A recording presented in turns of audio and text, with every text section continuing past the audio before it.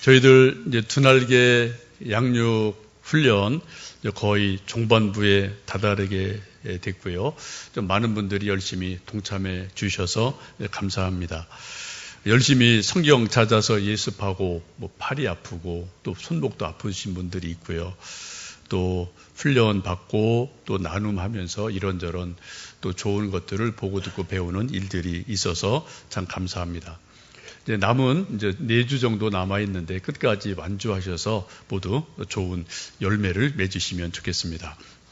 함께 읽으신 디모데전서 이 말씀은 사도 바울께서 믿음의 아들 디모데에게 옥중에서 써주신 목회 서신서입니다. 그래서 디모데에게 편지를 써서 목회를 이렇게 하면 좋겠다라고 소위 코칭하는 그런 내용들이 아주 많이 있습니다. 여러분, 우리가 오늘 이제 또 두날개 양육훈련 이제 오후에 공부할 주제가 큐티, 하나님 말씀 묵상에 대한 것인데 여러분이 성경 읽으시면서 개인적으로 큐티 하시는 분들이 있으실 거예요. 그 책은 수십 가지 있어서 어떤 걸 하시든 괜찮습니다.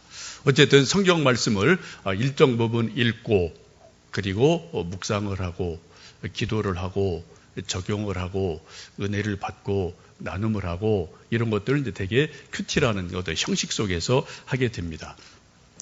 큐티를 할 때 여러분이 제일 중요한 것 중에 하나는 주어진 본문에서 소위 키워드가 뭐냐라는 것을 잡아내는 겁니다.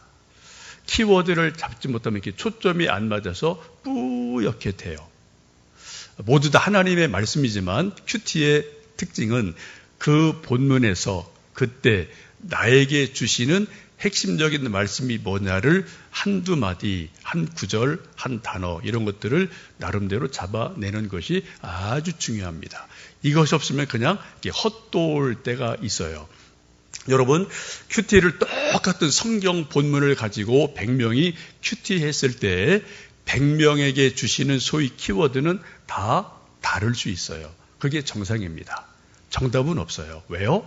내 형편이 다르고 그때 영적 상태가 다르고 건강 상태가 다르고 삶의 모습이 다르기 때문에 똑같은 하나님 말씀이지만 그때 내게 주시는 말씀의 그 의미가 각자 다를 수밖에 없다. 여기에 큐티의 묘미가 있기도 한 거죠. 지금 우리가 디모데전서 4장 6절에서 16절 말씀을 함께 읽으셨습니다. 여러분 이 말씀을 읽으시고 이 말씀 가운데 가장 중요한 핵심 단어가 있다면 뭐라고 생각을 하십니까? 여러분 각자 다르실 거예요. 저는 이 말씀 가운데 가장 중요한 단어는 6절에 있다고 생각합니다. 우리 6절 말씀 다시 한번 읽겠습니다. 내가 이것으로 형제를 깨우치면 그리스도 예수의 좋은 일꾼이 되어 믿음과 말씀과 내가 따르는 좋은 교훈으로 양육을 받으리라. 지금 믿음의 큰 선배인 사도 바울께서 믿음의 아들 디모데에게 편지를 써주고 계세요. 그리고 권면하는데 저는 6절에서 가장 중요한 핵심 키워드가 뭐냐? 예수의 좋은 일꾼이 되어라. 이것이 핵심 단어라고 저는 생각합니다. 여러분 디모데 후서도 보면 마찬가지 그런 말씀이 있죠. 살아계신 하나님 앞에 산자와 죽은 자를 심판하실 그리스도 예수 앞에서 그의 나타나실 것과 그의 나라를 두고 엄히 명한다라고 말씀하시면서 말씀을 전파해서 충성된 사람들에게 말씀을 전파해서 또 다른 충성된 제자들을 세워가라. 이런 말씀이 디모데 후서에서도 있음을 보게 됩니다. 여러분 예수님의 좋은 일꾼 이거는 사도 바울이 디모데에게만 하신 말씀이 아니라 사실은 예수님이 직접 그 일을 3년간 행하신 일이 공생애이기도 합니다.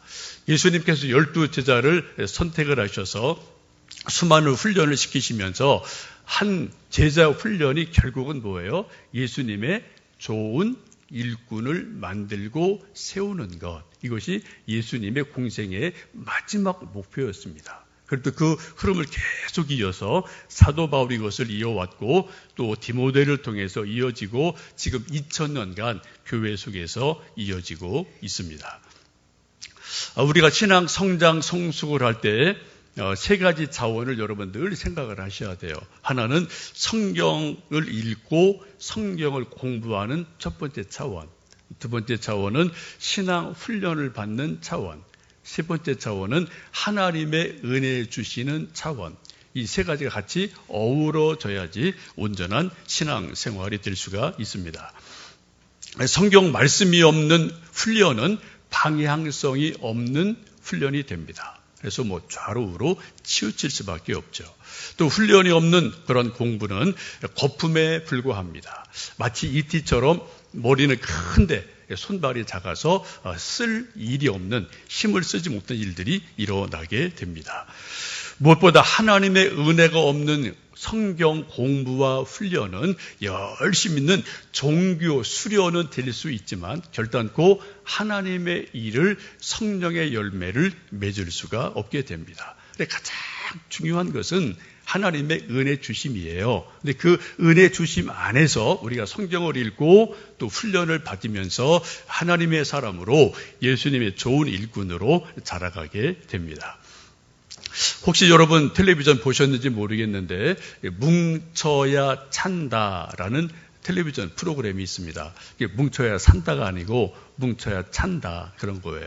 한번 여러분 좀 보시면 아주 재미있어서 권할 만한데, 저도 우연히 한번 좀 봤습니다. 이 내용이 축구에 대한 겁니다. 이쪽 한 팀은 이제 안정환 선수가 축구 감독이고, 축구 이제 멤버들은 허재, 또 이만기, 이봉조, 이런 내노라하는 각 분야의 스타들이 한 팀이 돼요. 또 한 팀은 동네 축구하는 아저씨들입니다. 제가 본 거는 도봉구에 있는 어떤 조기 축구팀, 40, 50대 아저씨들 축구팀인데 이 두 팀이 실제로 축구 경기를 하는 겁니다. 여러분, 어느 팀이 이겼을까요? 안정환 감독이 이끄는 쟁쟁한 스타들이 뛰는 축구팀, 동네 40, 50대 아저씨들이 뛰는 조기 축구팀, 여러분 어디가 이겼을 것 같습니까? 네, 센스가 있으시네요. 조기 축구팀이 이겼습니다. 얼마로요? 13대 1로. 13대 1로.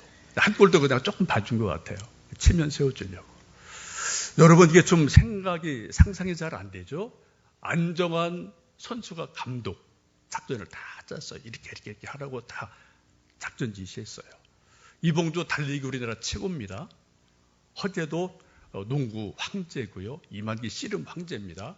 이 쟁쟁한 사람들이 모였는데 축구에 딱 갖다 놓으니까 허당이더라고요. 허차고요. 그냥 이리저리 하여튼 뺏기고요. 하여튼 13대 1로 완패를 당하는 일이 있었습니다. 또 이제 보니까 허재 같은 사람은 어떻게 이제 골키퍼를 했는데 어떻게 골 잡다 어떻게 하다 또 툭 넘어져갖고 그냥 여기 다리 다짜고 또 중간에 또 이제 실려나가고, 이만기도 헛동차다가 뻥 넘어져서 여기 허벅지 근육 끊어졌다고 또 끙끙거리고, 하여튼 이런 일들이 막 연출이 되거든요. 참 우리가 상상하기 힘든 모습이 있어요. 참 벼죠, 여러분. 안정환 감독이 이끄는 쟁쟁한 선수들로 구성된 축구팀인데 동네 아저씨들 조기 축구팀에 맥을 못 추고 지는 그런 모습을 보면서 이게 운동이라는 것도 이게 장르가 다 이렇게 다르구나. 이게 운동이라고 똑같은 게 절대 아니구나라는 것을 생각하게 됐습니다. 여러분, 공부와 훈련이 다른 게 뭡니까? 공부는 머리로 하는 겁니다. 훈련은 뭐로 합니까? 몸으로 하는 거예요. 이게 비슷한데 결정적으로 다른 거예요. 군인이 되려면은 여러분 공부하는 게 아닙니다. 군인이 되려면은 한 달 빡빡 기해야 돼요. 몸으로 기해야 돼요. 그래야지 겨우 군인이 됩니다. 축구 선수가 되려면은 여러분 축구 이론을 공부하는 게 아닙니다. 물론 기본적으로 하겠지만은, 그러나 뭐가 돼야 돼요? 몸으로 계속 뛰는 거예요. 몸으로 훈련이 돼야지 비로소 축구 선수가 될 수가 있습니다. 우리 신앙에도 그런 비슷한 일들이 있죠. 성경을 알아야 돼요. 근데 성경이 우리에게 몸에 딱 달라붙기 위해서는 몸으로 훈련하지 않으면 성경 말씀과 우리 몸이 같이 가기가 힘들다는 거예요. 특별히 여러분 우리 많은 사람들이 하나님의 말씀을 알고 이렇게 해야지 살아야지 알아요. 근데 몸이 그대로 되지를 않을 때가 너무나 많습니다. 왜요? 순종 근육이 우리 몸에 붙어 있지를 않다는 거예요. 그래서 이게 마음은 원이로되 생각대로 되지 않는 일들이 너무나 많이 있음을 우리가 경험을 하게 됩니다.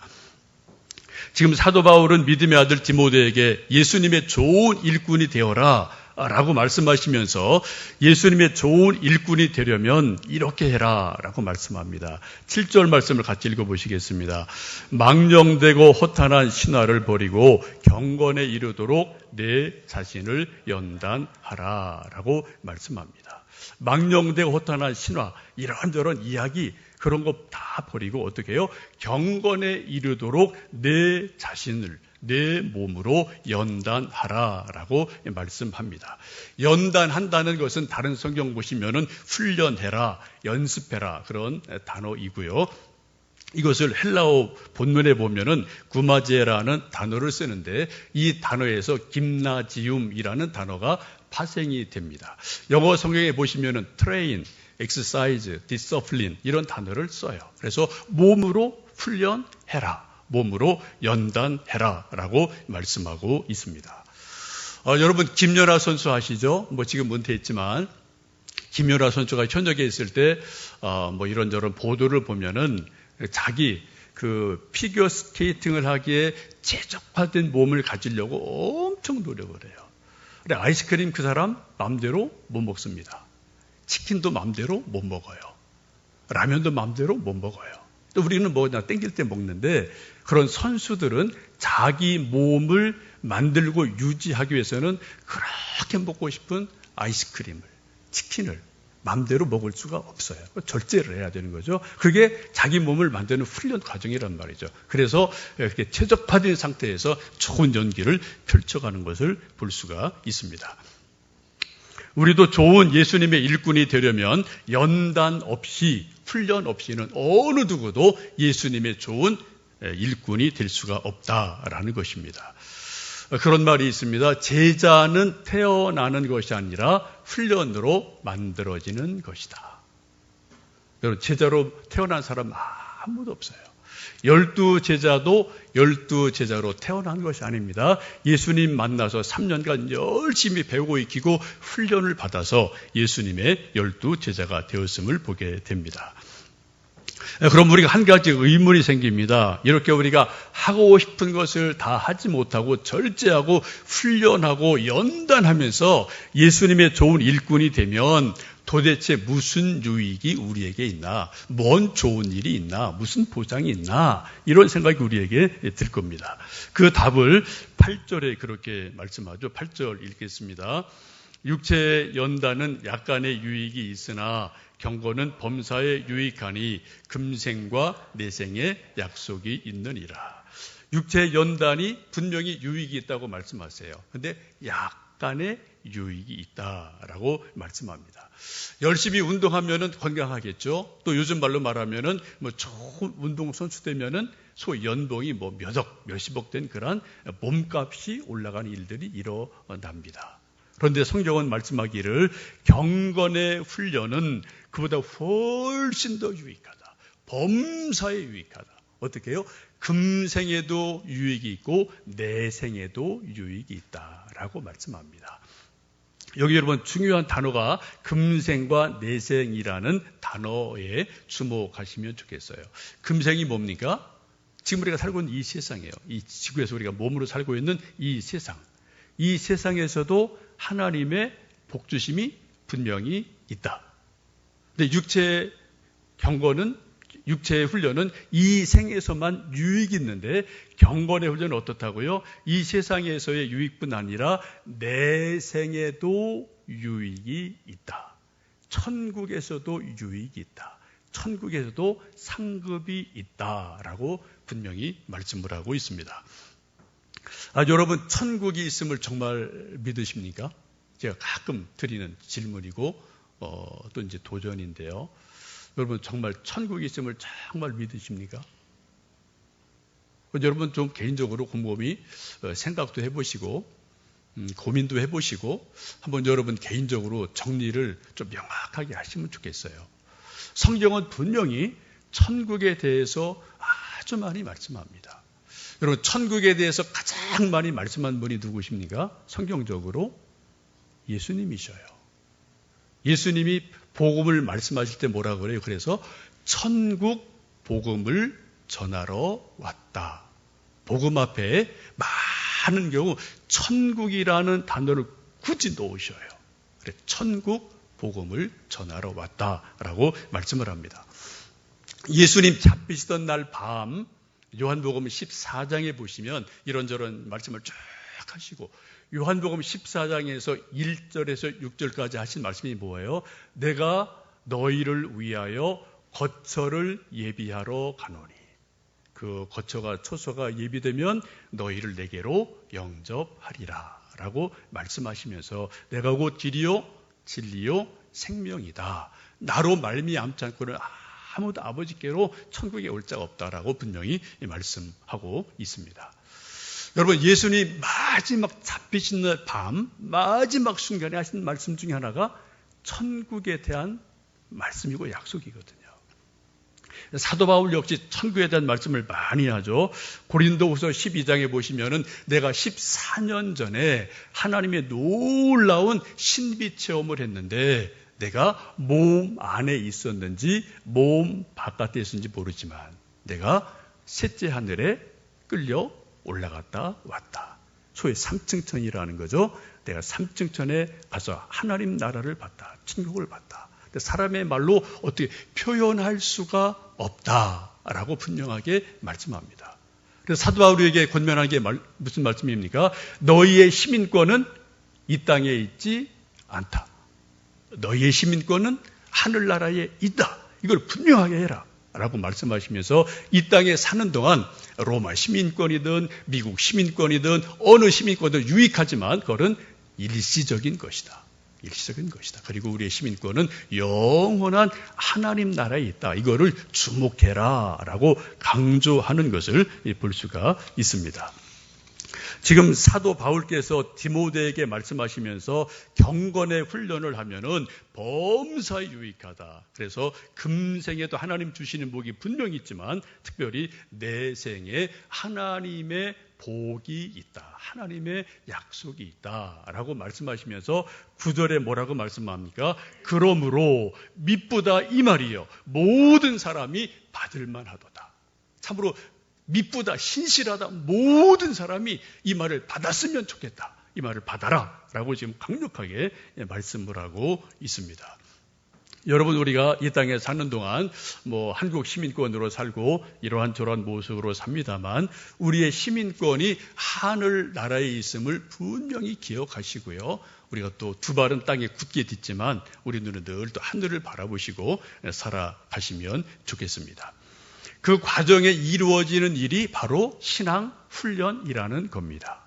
신앙의 연단, 신앙의 훈련이 필요하다고 말씀하고 그것을 열심히 하라고 지금 사도 바울이 디모데에게 권면을 합니다. 이제 저희들 두날개 양육 훈련 이제 10주 마치고 이제 11주차 오늘 이제 들어가게 되는데 우리 청년 반, 남자 반, 여자 반 두 반 열심히 예습하고 참석하고 나눔하고 훈련 받아서 참 감사합니다. 바라는 것은 끝까지 다 완주해서 함께 좀 좋은 열매를 맺었으면 좋겠습니다. 여러분 우리가 훈련받는 이 두날개 양육 훈련을 한마디로 말씀드리면 지금 저희들이 지난주에 이제 성경 공부 시간에 배운 것인데 요 그림으로 좀 표현을 할 수가 있겠습니다. 수레바퀴 삶이라는 거예요. 저 수레바퀴 삶을 보시면 동그랗게 그림이 그려져 있고요. 가운데는 그리스도 예수님이 계십니다. 예수님이 우리 인생의 중심이십니다. 우리 마음의 왕자 예수님이 앉아 계십니다. 예수님 믿는 믿음이 강하면 강할수록 크면 클수록 수레바퀴가 빨리 잘 돌아가겠죠. 힘이 나오니까. 그런데 그 바깥에는 큰 또 원이 있는데 이것은 우리 그리스도인들의 순종하는 생활, 실천하는 삶이다. 매일매일의 삶이 우리의 큰 또 원이라고 보시면 좋겠어요. 이 원을 유지하기 위해서는 6가지의 살이 거기에 소개가 되어 있는데, 예배 드리는 것, 섬기는 것, 성경 말씀 읽는 것, 기도 생활하는 것, 증거 전도하는 것, 교제의 삶을 사는 것. 이 6가지 최소한 이 살이 견고하게 팽팽하게 이 균형을 잡아줄 때 동그란 원형이 잘 이어져서 잘 굴러가게 된다라는 겁니다. 이 수레바퀴를 여러분 생각하실 때 첫 번째 생각하실 것은 이 수레바퀴의 크기의 문제예요. 여러분 퀵보드 혹 타보셨습니까? 혹시 여러분 손주들 퀵보드 타는 아이들 있나요? 여기도 뭐 아이들 많이 왔다 갔다 타요. 절절 요만하죠. 바퀴가 요만하죠. 이제 그런 조그만 킥보드를 타고 하다 보면은 요런 이제 보드블록 사이에 이렇게 틈새가 딱 있으면은 잘못 딱 들어가면 이렇게 콕 꼬여요. 거기서 빠져나오지를 못해요. 예. 일어나서 다시 또 이렇게 빼야지 이제 갈 수 있거든요. 근데 큰 바퀴면은 그런 거 그냥 뭐 휙 지나갈 수 있거든요. 여러분 덤프트럭을 보십시오. 덤프트럭 그 바퀴와 우리가 일반적으로 타는 승용차 바퀴의 크기가 다릅니다. 거의 2배, 3배 되죠. 크기 자체가. 이 폭도 넓이도 엄청 넓어요. 한 2배, 3배 그죠 되고요. 또 그런 거를 2개. 뭐 이렇게 또 앞에 이렇게 뭐 여러 개를 덤프트럭의 그런 아주 큰 바퀴를 달아서 달린단 말이죠. 왜요? 비포장 도로를 달릴 때 있고 공사장을 가야 되니까 이런 승용차 가지고 왔다 하는 거기 폭 빠지면 그거 못 나오거든요. 웅덩이에 빠지고는 못 나오니까 아주 이런 덤프트럭 큰 그런 바퀴를 가지고 차가 굴러가게 됩니다. 우리 신앙도 마찬가지입니다. 우리 신앙이 작은 믿음이 되면은 시험에 들 일이 아주 많아요. 이런 저런 일에 시험에 폭 빠지면 빠져나오지를 못해요. 근데 큰 믿음이 있으면 그냥 꿀렁해도 그냥 넘어갈 수가 있습니다. 예수님께서 베드로가 파도를 보고 빠져 들어갈 때 예수님께서 손을 내밀어서 베드로를 잡아주시면서 하신 말씀이 이런 말씀이 있어요. 믿음이 작은 자요. 왜 의심하느냐라고 베드로를 믿음이 작은 자다 라고 말씀하시면서 큰 믿음을 가져라 라고 격려하고 또 위로하는 말씀을 볼 수가 있습니다. 우리가 인생을 살면서 우리가 할 수 있는 가장 좋은 믿음 생활의 첫 번째 요소는 우리 믿음을 어쨌든 크게 만드시는 거예요. 이거는 예배 드리는 것을 통해서 또한 섬김을 통해서 성경을 읽는 것을 통해서 기도를 통해서 전도는 영적인 운동이죠. 영적 운동을 통해서 교제를 통해서 여러 가지가 다 이렇게 총합적으로 잘 균형을 맞고 크게 자라갈 때 우리 믿음의 그 바퀴가 크게 되어지고 이 거친 세상을 우리가 살아갈 때 뭐 출렁출렁 거릴 때가 있겠지만 나름대로 걸어가고 굴러갈 수가 있는 줄로 압니다. 두 번째는 이 수레바퀴의 그림을 볼 때 이제 네모 그림을 좀 보여드리고 싶은데요. 우리 모든 인간은 다 모난 부분이 있습니다. 저도 모난 부분이 있고 여러분도 모난 부분이 있고 우리 2살짜리 가민이도 모난 부분이 있고요. 우리 인간은 모두 다 모난 데가 있어요. 여러분 모난 것 없다고 생각하시는 분 계십니까? 그런 사람 이 세상에 아무도 없어요. 예수님 이외에는 다 모난 데가 있어요. 이것을 네모라고 본다면은 그래서 이 모난 부분이 있기 때문에 이게 좀 굴러가기가 엄청 힘든 거예요. 아주 뻑뻑해요. 웬만한 힘으로는 저 네모난 그러한 것이 굴러갈 수가 없습니다. 진척이 안 돼요. 진보가 안 됩니다. 우리 하나님께서 우리 인생들 모난 인생들을 훈련하시고 단련하시는 방법이 저 모퉁이를 잘라내는 거예요. 계속 잘라내십니다. 우리가 죽을 때까지 저 모퉁이라는 부분들을 다 계속해서 잘라내십니다.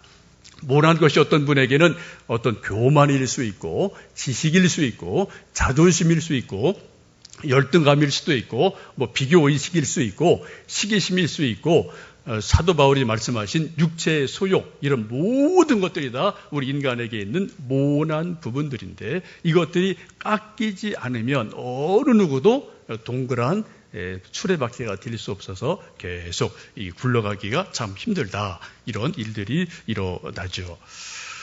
여러분 성경을 보시면 성경에 많은 믿음의 선배들도 다 예수님 외에는 다 하나님으로부터 연단을 받으면서 모난 부분들이 깎여 나가는 그런 연단의 시간들을 다 갖게 됩니다. 다윗은 자그마치 10년 정도 사울로부터 쫓겨다니며 연단을 받아요. 천하의 다윗이. 여러분, 모세는 몇 년간 광야 생활을 합니까? 40년간을 광야 생활을 해요. 천하의 모세가 40년을 광야에서 연단을 받습니다.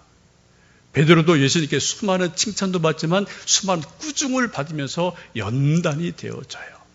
사도 바울도 다메섹에서 예수님 만난 이후에 3일간 금식하고 치유되고 아라비아 광야에 가서 수년간 말씀을 읽고 묵상하고 연단을 받으면서 하나님의 좋은 일꾼으로 세워져 나가게 됩니다. 여러분이 성경에 나오는 수많은 믿음의 선배들이 하나의 동그란 수레바퀴가 돼서 하나님 쓰실 만한 그런 바퀴가 돼서 이렇게 졸졸졸 굴러가기까지는 적어도 10년, 40년 수많은 세월들이 연단의 세월들이 있었다는 거예요. 근데 그 연단이 대개 뭘 통해 오나요? 대부분은 사람을 통해서 옵니다. 물론 질병, 경제 문제, 자녀 문제 수많이겠지만 가장 큰 거는 사람을 통해서 연단이 오게 돼요. 여러분, 철이 철을 날카롭게 하는 것처럼 친구가 친구 얼굴을 또 만들어주고 밝게도 해줘요. 철과 철이 부딪히면 여러분 불이 번쩍번쩍 나죠. 그죠? 그런 것들이 부딪혀서가 모난 부분이 깎여가게 된다는 겁니다. 우리 이 세상 사는 동안 우리 끊임없이 가정에서, 교회에서, 사회에서 하여튼 우리 모든 사람 사는 세상에서는 끊임없이 서로 모난 것들이 있기 때문에 모난 것들이 부딪히며 깨지며 아파하며 그러면서 점점점 성장하고 성숙되어진다. 그래서 마침내 우리가 가능한 한 동그란 모습이 되어서 우리 인생 바퀴가 굴러가고 신앙의 바퀴에도 졸졸졸졸 굴러갈 수 있다라는 겁니다. 혹시 여러분 인생을 살면서 또 신앙생활을 하면서 정말 인생이 잘 안 굴러가네, 신앙이 잘 안 굴러가네 라는 느낌이 있다면 여러분 혹시 내가 모난 것 때문에 이거를 못 넘어가는 것이 아닌가 라고 한번 여러분 생각을 해보시면 좋겠어요. 우리 모두는 모난 부분이 있어요. 근데 그 모난 부분이 어떻게 깎여 나가느냐에 따라서 우리 인생 자체가, 우리 신앙 자체가 다듬어질 수 있고 또 굴러갈 수 있고 넘어갈 수 있다라는 것을 생각하게 됩니다. 우리 남자반 제가 이제 10주를 쭉 하면서 참 감사한 것은 우리 남자반 이제 여러분들 열심히 해주셔서 감사한데 이게 조금 변화들이 있어요. 처음 때보다 제가 볼 때는 좀 어수선한 부분이 없지 않아 있었어요. 처음에 1-2주는. 계속 이제 말씀 읽고 공부하고 나눔하고 또 예습하고 또 이런 거 저러가면서 조금 변화가 있어서 참 감사한데 이런 겁니다. 어떤 남자 집사님이 자기 집으로 우리 남자반 전체를 한번 초대하셔서 이제 커피 마시고 티타임 갖고 이런저런 얘기를 하고 그리고 또 이제 저녁 식사까지 초대해 주셔서 식사를 했습니다. 아주 전망이 좋은 곳이었어요. 식사를 하고 이제 앉은 자리에서 이런저런 얘기하다가 이 모임이 너무 좋으니까 우리 한번 이렇게 돌아가면서 누가 초대하면 좋겠습니다. 그래서 이렇게 앉은 대로 이렇게 합시다. 이렇게 농반진반해서 그렇게 합시다. 이제 얘기가 됐어요.